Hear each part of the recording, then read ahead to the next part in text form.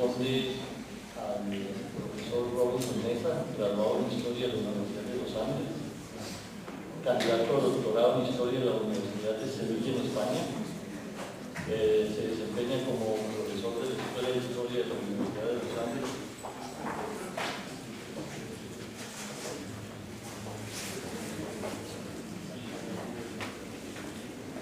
El profesor me corrige que es de la Universidad de Los Andes.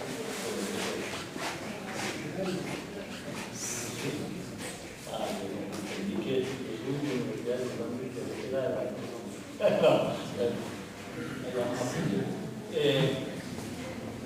trabaja como profesor de la Escuela de Historia de la Universidad de Los Andes de Venezuela.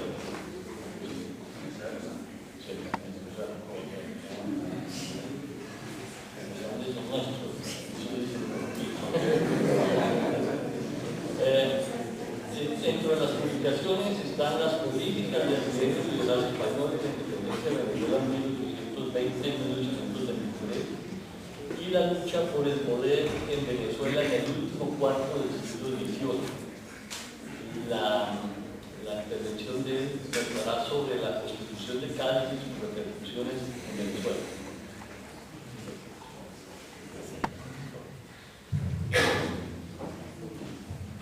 Buenas tardes. Bueno, nada, agradecer a las instituciones que han hecho posible el evento, a los estudiantes del Departamento de Historia de la Universidad por hacernos la vida fácil, pero sobre todo por mostrarnos dónde estudian y la excelencia académica que uno de inmediato nota de la universidad. Y también muy especialmente al profesor Heraclio Bonilla por la pesquisa que hizo para encontrar a un venezolano que trabajase la Constitución de Cádiz, porque como procuraré demostrar en esta ponencia, no es una temática que nos hubiese interesado mucho, salvo los muy recientes trabajos de la profesora Inés Quintero, y que en parte han orientado también los que yo he realizado y procuro exponerles hoy. Un poco en aras del tiempo y como la ponencia voluminosa voy a tratar de explicar las temáticas más importantes que he abordado y los alcances y también limitaciones de muchas de ellas.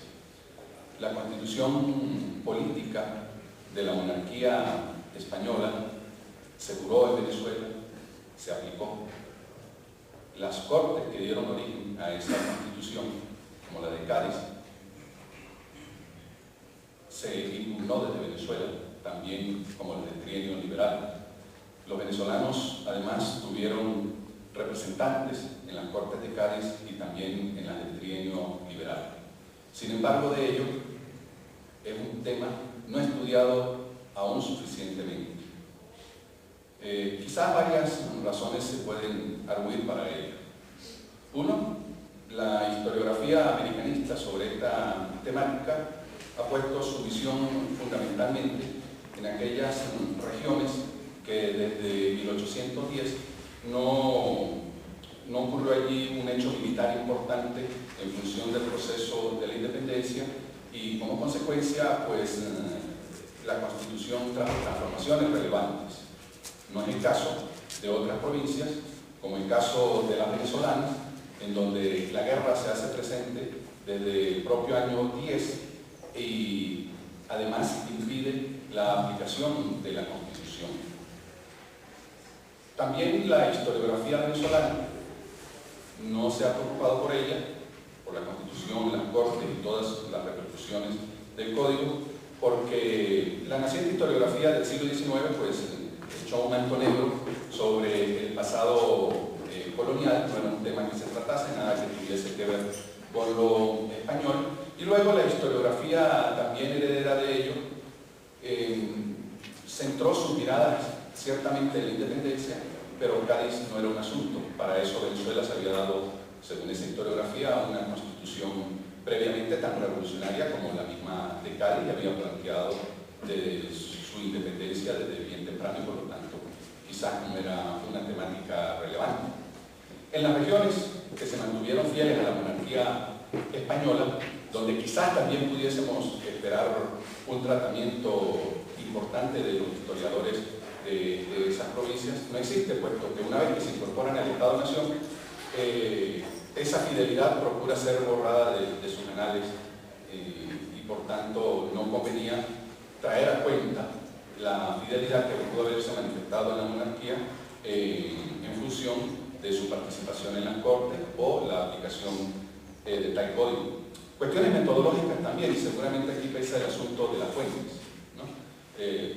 Una fuente fundamental como los diarios de sesiones, si se buscan en las bibliotecas venezolanas, pues no están, y hasta hace muy poco, sobre todo las del trienio eran muy difíciles de encontrar, y no es como hoy día porque las podemos ver vía internet, y quizás eso limitó. También porque las fuentes de las ciudades en donde se desarrolló mayoritariamente el código de Editano, pues no existen, desaparecieron y se encuentran la mayoría en el archivo general entonces son un cúmulo quizás de temáticas que influyen para que no hubiese sido hasta muy recientemente, quizás desde el año 2000 para acá, que la profesora Inés Quintero se preocupó por dos temáticas: uno, los debates en torno a la Corte de Cádiz, y la otra, la posibilidad de su aplicación en Venezuela, que empieza a ser una temática. Hay quizás una excepción, el diputado José Domingo Ruz,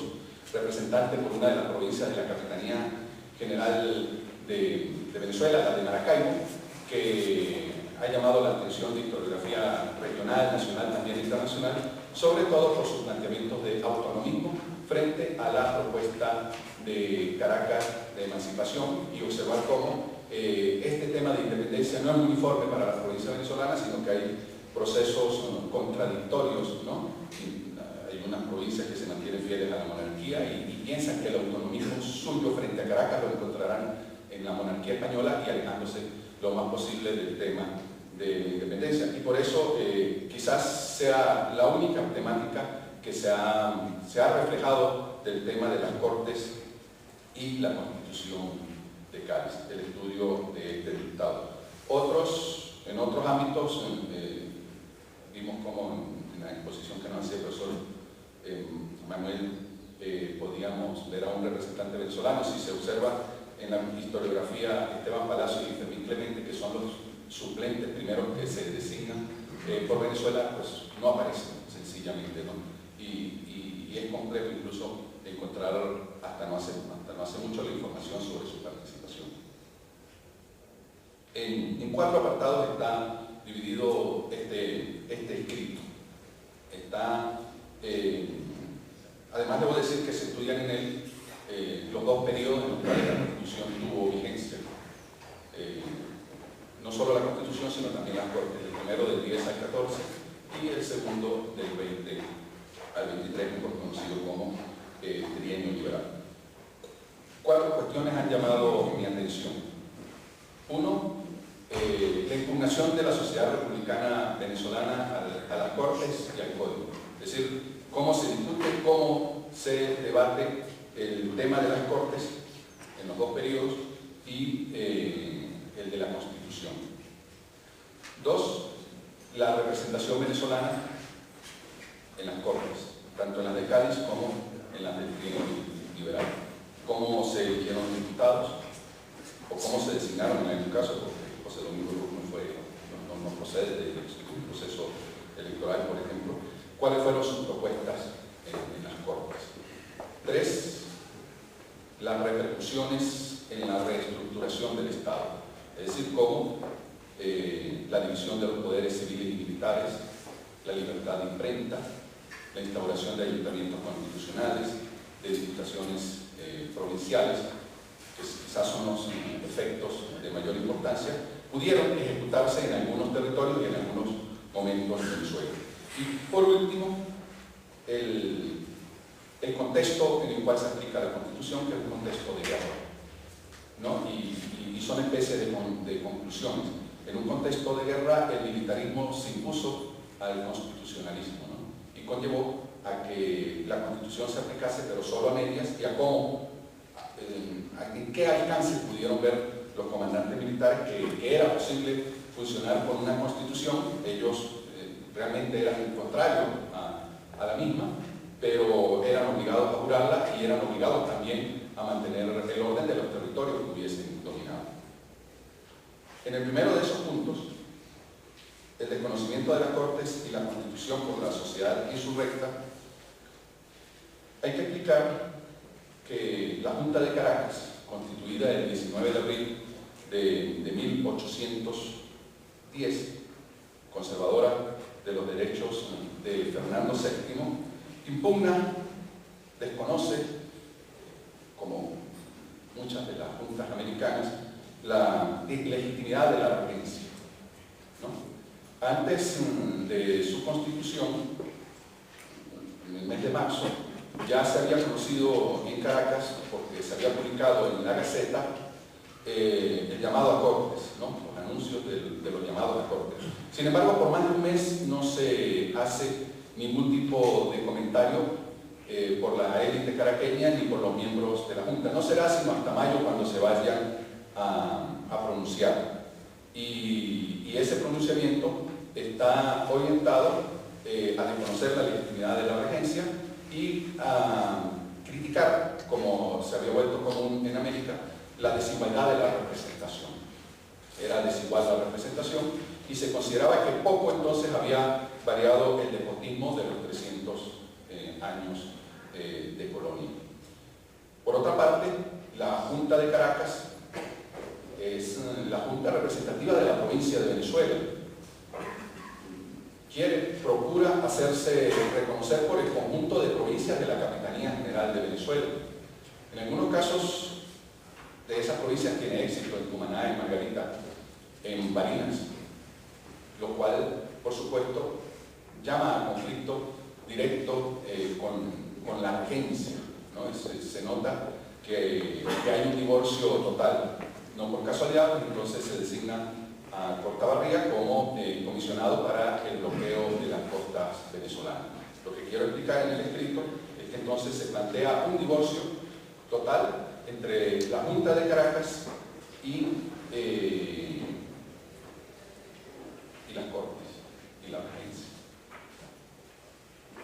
Más aún, se va a notar ese divorcio cuando los caraqueños decidan no tratar con un comisionado que es enviado a Venezuela, Feliciano Montenegro y Colón, decidan no tratar con él, puesto que observan que no pueden negociar con una regencia que les está desconociendo, que no quiere que continúen su actividad conspiradora en el resto de la provincia, y además desconocen absolutamente, en ese momento los caraqueños, la Junta Suprema de Caracas, a los dos representantes suplentes que se habían designado por él, Esteban Palacios y Fermín Clemente.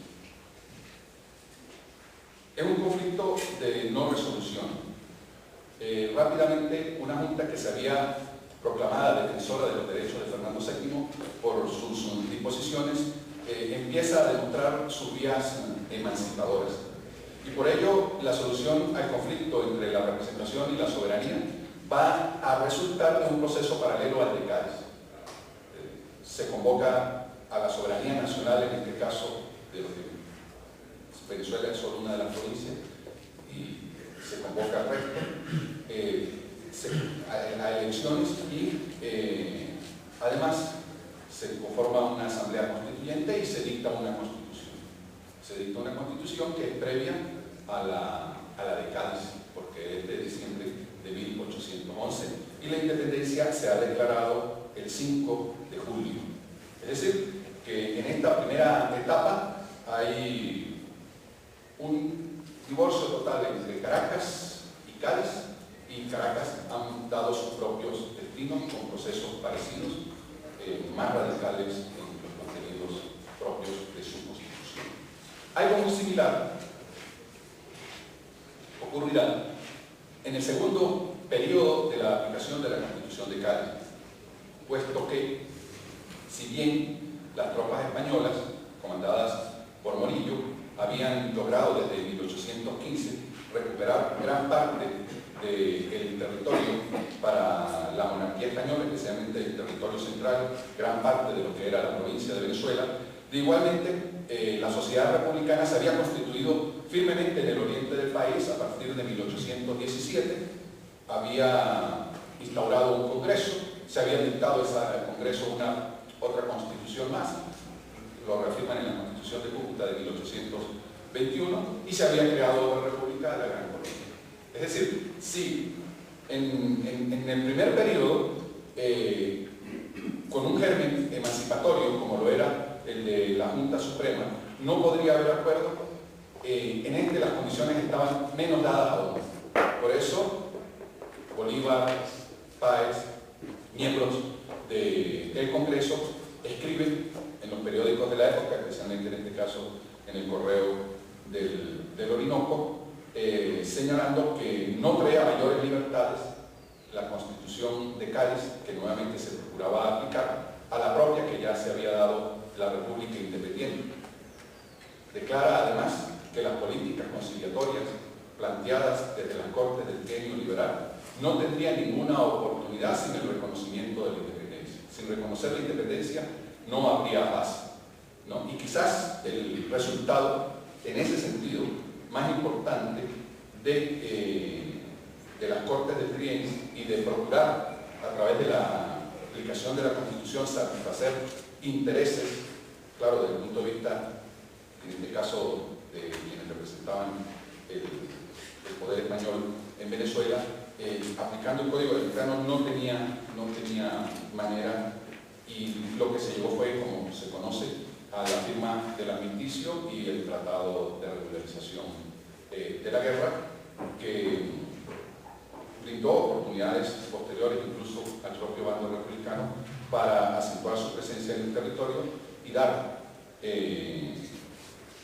la batalla final, como se conoce en la historiografía, en 1821, de la primera batalla de Carabobo.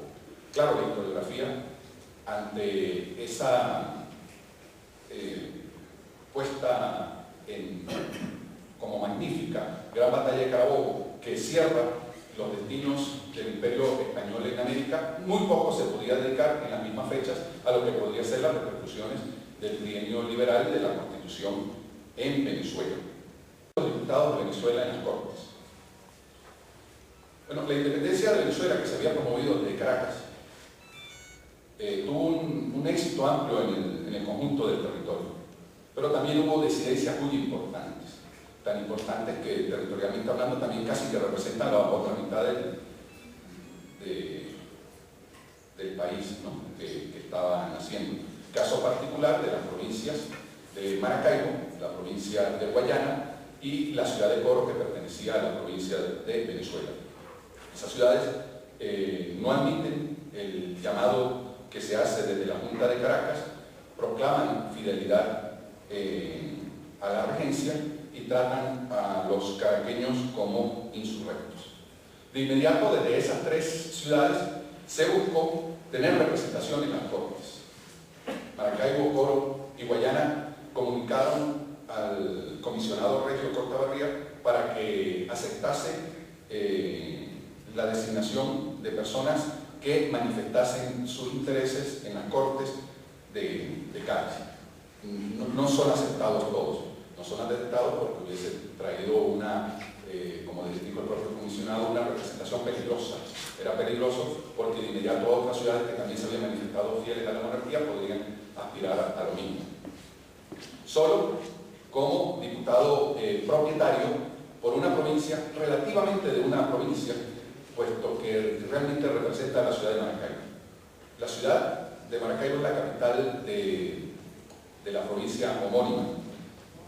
Esa provincia, su parte más importante, la región andina, desde septiembre y octubre de 1810 se habían constituido juntas que igualmente que Caracas habían desconocido a la regencia.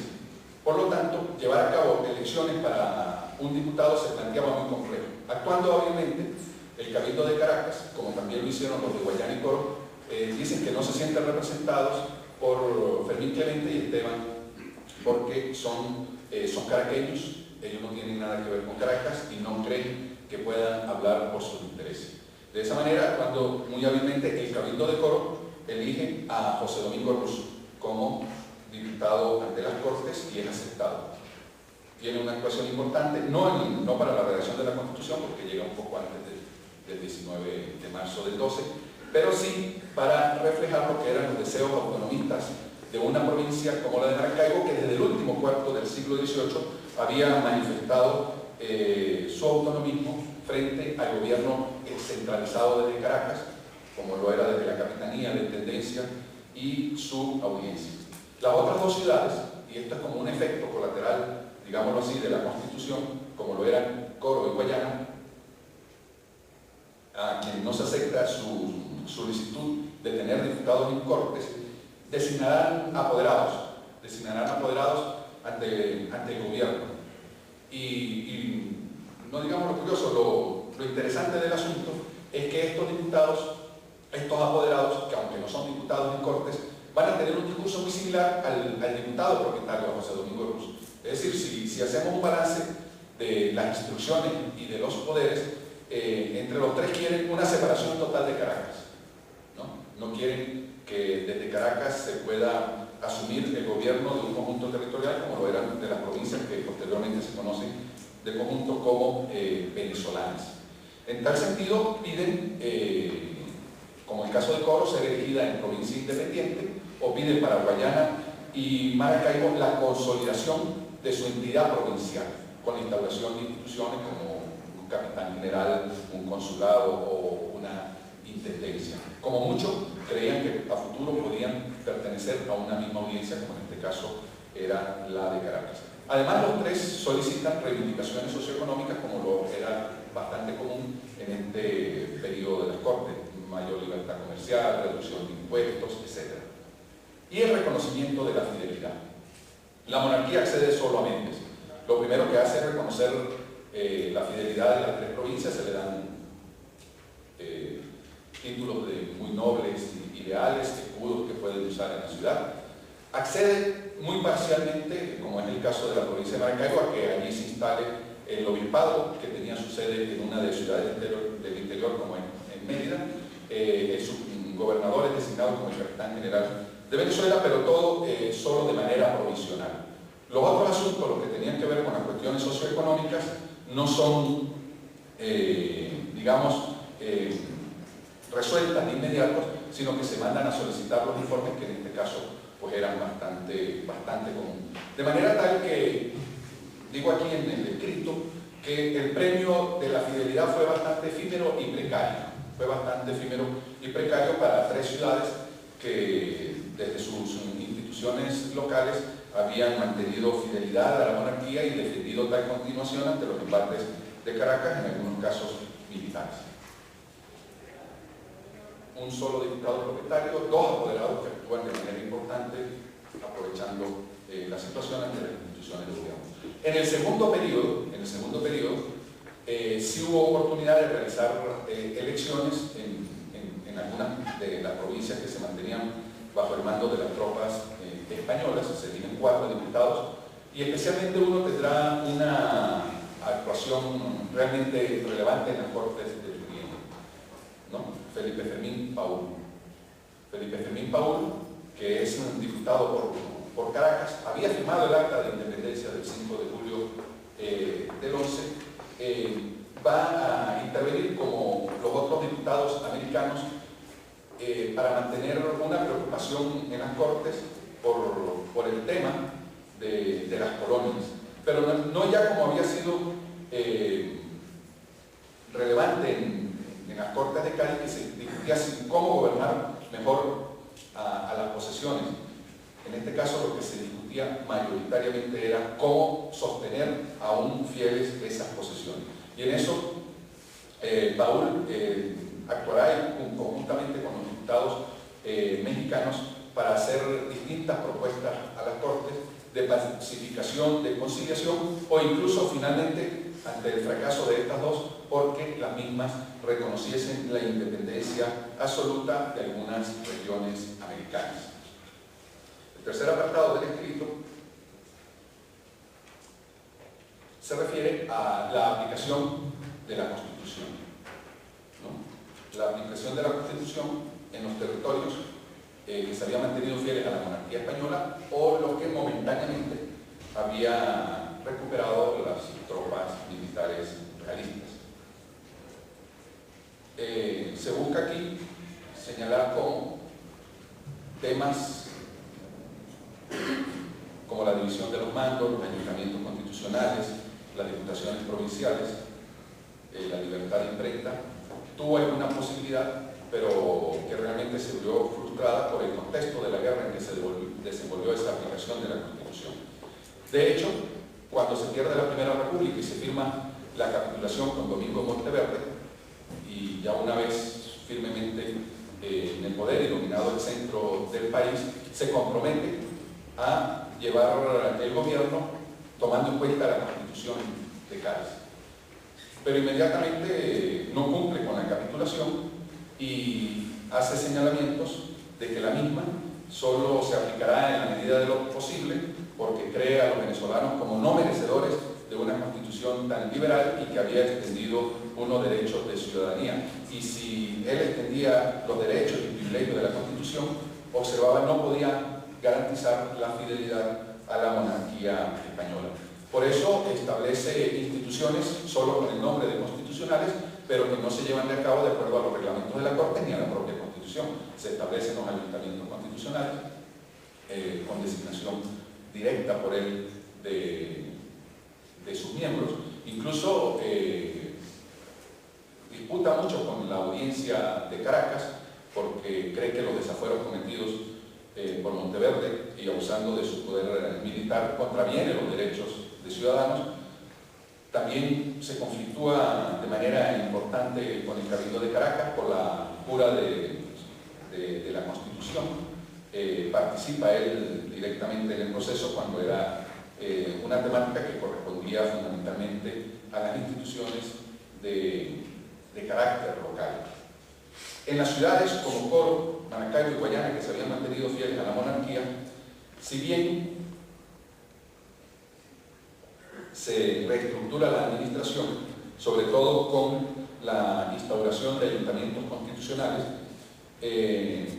no es fácil seguir la pista porque la documentación no da para mucho, ¿no? Se sabe que, está escrito aquí, que se jura la Constitución y que posiblemente en algunas regiones se realizaron procesos electorales, pero digamos que no fueron del todo apegados al texto constitucional, sino adecuándolos a las realidades de esas ciudades y provincias. Muy por el contrario, durante el trienio sí se va a manifestar toda una reestructuración de la administración. La Constitución en el 20 corresponde hacerla jurar a Morillo. Morillo no está muy conforme, pero bueno, se ve obligado a ello, en parte porque era limitante de los poderes, vaya allí la redundancia, ilimitados con los que estaba investido. Además, en un momento no los quiere, dice que delega de esos poderes. Sin embargo, el Cabildo de Caracas dice que la guerra no puede llevarse de otra manera que no sea con unos comandantes militares fuertes y no acepta la propuesta de Morillo. No obstante, como tienen una presencia fuerte e importante en la provincia de Venezuela, permite ahora sí la realización de elecciones para la constitución de ayuntamientos constitucionales. Rápidamente uno ve que de alrededor de unos 20 y tantos ayuntamientos de la provincia de Venezuela se multiplican, no como el caso mexicano, que es extraordinario, pero sí de pronto aparecen 70 y tantos cabildos constitucionales en las primeras elecciones. Igualmente se realizan las elecciones para la Diputación Provincial. Sin embargo, para estas dos instituciones, lo fundamental no va a ser actuar de acuerdo como lo dictaminaba la Constitución, sino que el contexto de la guerra les obligará a servir a los comandantes militares. Las levas de tropas, el abastecimiento de la misma y alojos a militares serán el tema clave. Las instituciones locales se convierten aquí en una especie de defensoras de la sociedad que no quiere contribuir con más militares en un momento decisivo de la guerra venezolana, sabe ya después de 10 años que no tiene recursos cómo satisfacer las necesidades del ejército, le incomoda también los alojamientos a los que son obligados. La sociedad misma no quiere pertenecer a esos ayuntamientos constitucionales, cada vez que son electos llegan más atrás las renuncias de los distintos cargos. Mucho menos posibilidades tenía la división de los mandos civiles y militares. Se intentó, pero de inmediato Miguel de la Torre suspende la división de los mandos y cree que debe, bajo la égida del mando militar, orientarse el conjunto de la sociedad, pues desconfía que se pueda conducir la guerra con unos ayuntamientos con los cuales él sabe que están constituidos por no afectos realmente al Estado español del momento. De igual manera, menos oportunidades tenían dos medidas muy radicales, como era la libertad de imprenta, sin establecer sobre todo la Junta de Censura, y mucho menos la instauración de las milicias nacionales. Las milicias nacionales porque a las castas en Venezuela, producto como premio de la guerra, se les había concedido el derecho de ciudadanía, y se temía, era un horror por las castas que dominasen las instituciones militares. Entonces pugnan, escriben a España y se les autoriza para que no establezcan las milicias nacionales. Y cuando en la prensa se critica a los poderes demolidos, pues de inmediato también se establece la censura y no la libertad de imprenta como lo estipulaba el Código. Para finalizar, en el cuarto apartado del escrito se explica cómo el militarismo se impone al constitucionalismo, ¿no? en ambos periodos. Como reflejo de ello voy a permitir leer dos textos que son bien claros sobre el asunto, uno de Domingo Monteverde y el otro de Pablo Muñoz. El primero, cito: no se ha diferido a la publicación de la Constitución por descuido, omisión ni capricho. Consideraciones muy graves lo han motivado. Aquella ley sabia, liberal y fundamental de la monarquía española para regir lugares pacificados, súbditos leales, poblaciones quietas. En muy distintos casos se hallan estas provincias, humeando todavía el fuego de la rebelión más atroz y escandalosa. Querer gobernar una sociedad de bandoleros, alevosos y traidores por las reglas en que se manda una sociedad compuesta de fieles vasallos, de honor y de bien es un error, es un delito. Si publico la Constitución y le doy todo su cumplimiento, no respondo por la seguridad y tranquilidad del país. Y si lo hago y solo cumplo con aquellos capítulos que son adaptables a las circunstancias, me expongo a que se levante por segunda vez el grito, o que por lo menos difundan descontento con el dichete que tienen siempre en la boca, que son unos déspotas los que gobiernan, que cumplen lo que les tienen en cuenta y dejan sin observancia lo que no les agrada. Ese es el texto de Monteverde, y seguidamente leo de Monteverde en el 12, y seguidamente leo el de Morillo del 21. Perdón, no es de Pablo Morillo, es de los comisionados de pacificación que se envían a la tierra firme, a Costa Firme. Cuando la voluntad del Congreso Nacional, el ánimo del Rey y las instrucciones de vuestra excelencia se dirigen a que estas desgraciadas provincias logren la paz por medios suaves y conciliatorios, llenando el justo deseo de la nación a que pertenecen. Cuando se trata del bien general de unos pueblos que están separados de la madre patria por opiniones políticas, fijando en todos la observancia del Código Sagrado de nuestra Constitución.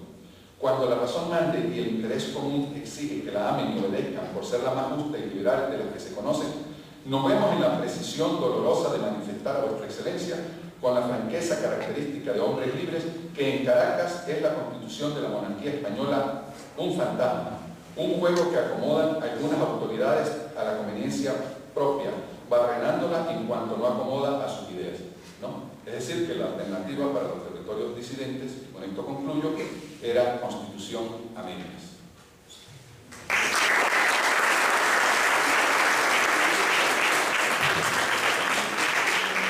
Le agradezco al profesor Mesa el esfuerzo que hizo. Yo vi que sacrificó mucha información por ahorrar un poco de tiempo. ¿Hay algunas preguntas? ¿Una, dos preguntas más?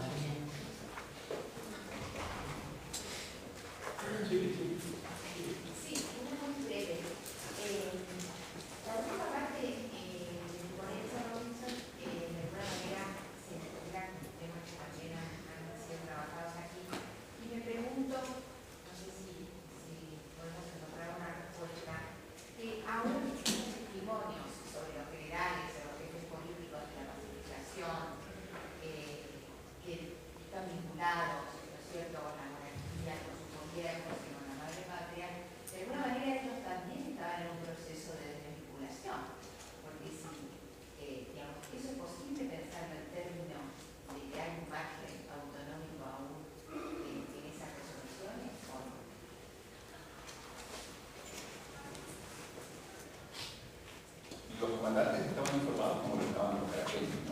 Porque la Constitución no viene de pronto, hay todo un proceso, el primero de los periodos, y en el segundo, bueno, también la rebelión de San Juan de las Cabezas, pues se conoce todo, ¿no? Los militares, los venezolanos, los que defienden la causa real, no son muy apegados al texto, no están de acuerdo con él. Lo dicen en otra correspondencia, están obligados, ¿no? Están obligados a hacerlo cumplir. En ocasiones lo ven como una medida extraordinaria de conciliación. Lo que aspiraban los americanos estaba expuesto en la Constitución. Y como he tratado de decir, bueno, el ambiente de guerra dificultó todo, ¿no? Y no solo lo dificultó, creo, para los comandantes militares, sino también para las élites, ¿no? A veces queremos ver muy claras las cosas de ambos, pero las élites, al igual que estos comandantes militares, no tenían ideas muy claras del tema en el que se habían metido, en el que tampoco, ¿no? Y por tanto no son tan magnificadas algunas de sus opiniones y de sus escritos. Lo veo así. No sé si respondo. Después de tantas vueltas y revueltas, ¿qué papel tuvo allí el general Francisco de Miranda?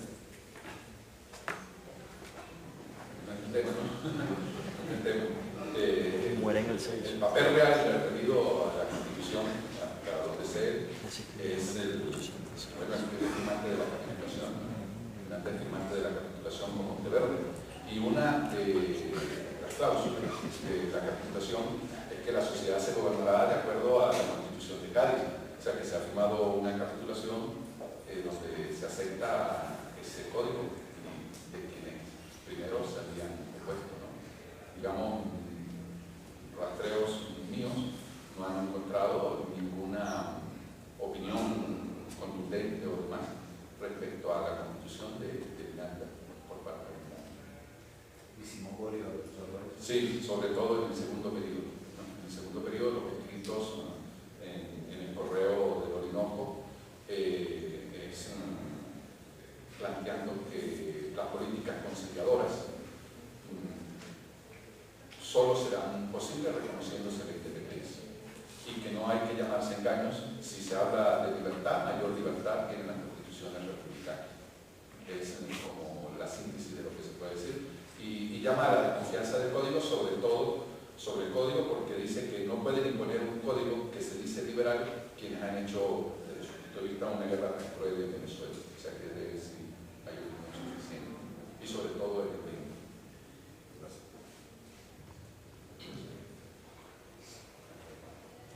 Buenas tardes. Enhorabuena a todos por la presencia.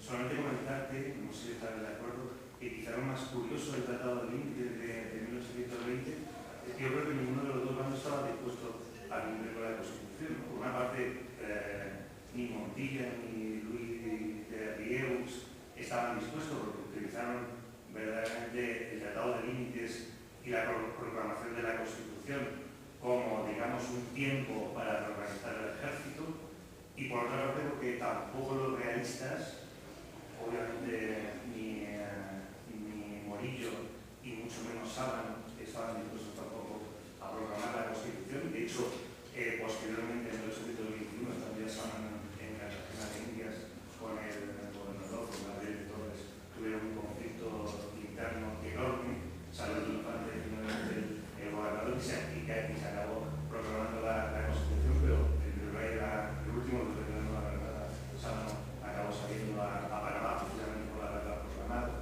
Pero realmente eso, ¿no? Que el Tratado de Límites sirvió a los dos ejércitos para reorganizarse, pero no verdaderamente para pensar en cómo tenían, digamos, que proclamar la Constitución, porque ninguno de los dos casos tenían previsto proclamarla de ninguna de las dos maneras. Sí, eso es exactamente así. Lo ha planteado un poco, podría agregar yo, más que inmediatamente de firmado empieza su cumplimiento, ¿no? Creo que no dura sino unos meses, sobre todo cuando en el 21 Maracaibo declara también la independencia, pero tal cual tú lo has planteado, no había vocación más de que lleguen los propios comisionados de paz que se han mandado desde España, ¿no? O sea, lo observo tal cual así es tu planteamiento. Entonces, le damos una vez más las gracias al profesor Robinson Mesa y le pido al... No, toda...